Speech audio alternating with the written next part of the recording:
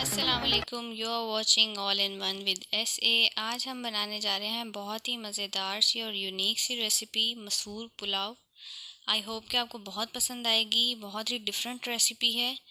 और recipe start करने से पहले जिन्होंने चैनल को सब्सक्राइब नहीं किया वो प्लीज़ सब्सक्राइब कर लें और रेसिपी को प्लीज़ एंड तक देखिएगा ताकि आपको हर चीज़ समझ में आ सके।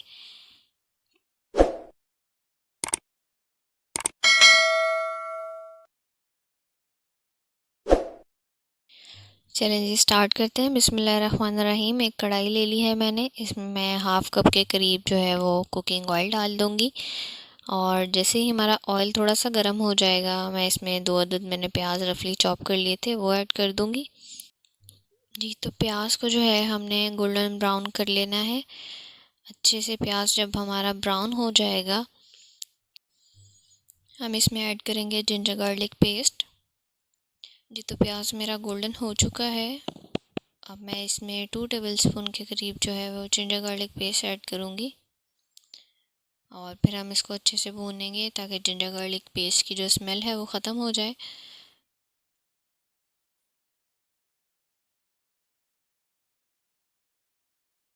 जी, तो ये मसाला हमारा भुन चुका है। अब मैं इसमें टमाटर ऐड करूँगी। 2 अदद बड़े बड़े टमाटर मैंने लिए थे जिनको रफली चॉप कर लिया था, ये इसमें डाल देंगे। साथ ही कुछ सूखे मसाले हैं जिसमें मैंने चिकन पाउडर लिया है हाफ़ टी स्पून, काली मिर्चें हाफ़ टी स्पून, ज़ीरा पाउडर 1 टीस्पून, लाल मिर्च पाउडर 1 टीस्पून, धनिया पाउडर 1 टेबलस्पून और गरम मसाला पाउडर लिया है हाफ़ टी स्पून के करीब। ये सारे मसाले हम इसमें ऐड कर देंगे और इसको थोड़ा सा पानी इसमें ऐड करेंगे और साथ ही मैं इसमें नमक डाल दूँगी तकरीबन 2 टेबलस्पून के करीब।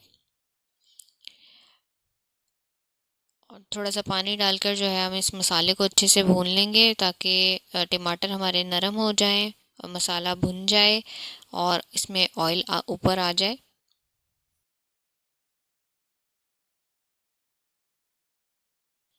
इसी स्टेज पर यहीं मैं जो है 3 से 4 हरी मिर्चें ऐड कर दूंगी और इसको आप चाहें तो थोड़ी सी देर कवर कर दें। जी, तो 3 से 4 मिनट के लिए मैंने इसको ढक दिया था ताकि टमाटर जो है वो अच्छे से हमारे गल जाएं। टमाटर नरम हो चुके हैं। बस अब अभी हमें जो है इसको मज़ीद थोड़ा सा और भूनना है।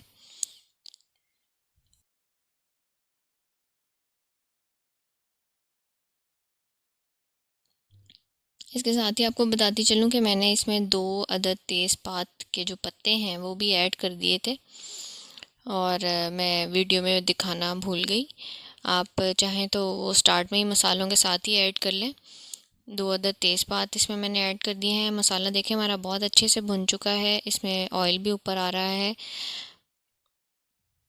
ये मसूर पुलाव साबुत मसर की दाल से बनाया जाता है। साबुत मसर की दाल मैंने भिगो कर रख दी थी और उसको बॉईल कर लिया था 1 चम्मच नमक डालकर। तकरीबन 1.5 कप के करीब मेरे पास दाल थी जिसको मैंने बॉईल कर लिया था और जिस पानी में बॉईल किया वो पानी भी इसी में ही रहने दिया है, इसको स्टेन नहीं किया।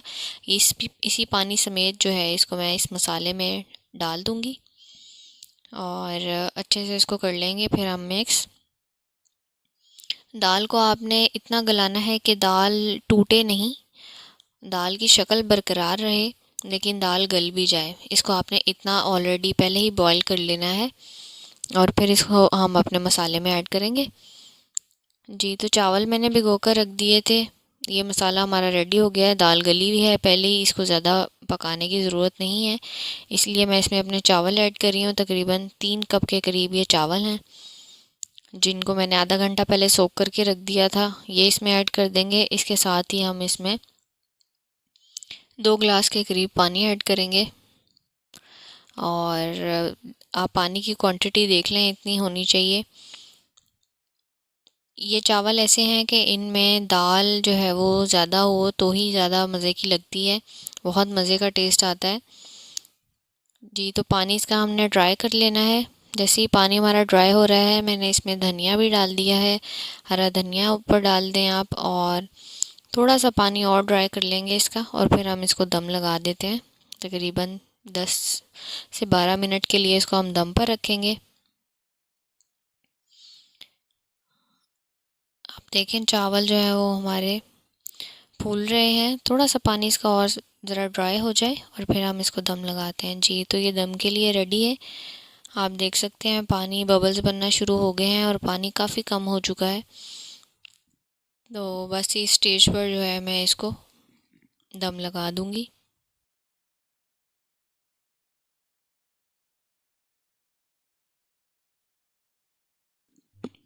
चलिए जी, इसको 10 से 12 मिनट का दम लगाते हैं और फिर इसको दोबारा खोलते हैं।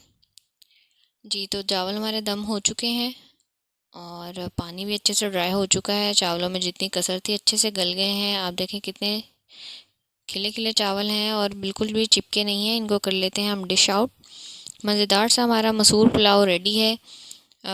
अगर आप चिकन बिरयानी और पुलाव खाकर तंग आ चुके हैं तो ये ज़रूर ट्राई करिए। बहुत मज़े की रेसिपी है। पसंद आए तो लाइक और शेयर करिएगा। एक दूसरे का ख्याल रखें, दुआ में याद रखिएगा। अल्लाह हाफ़िज़।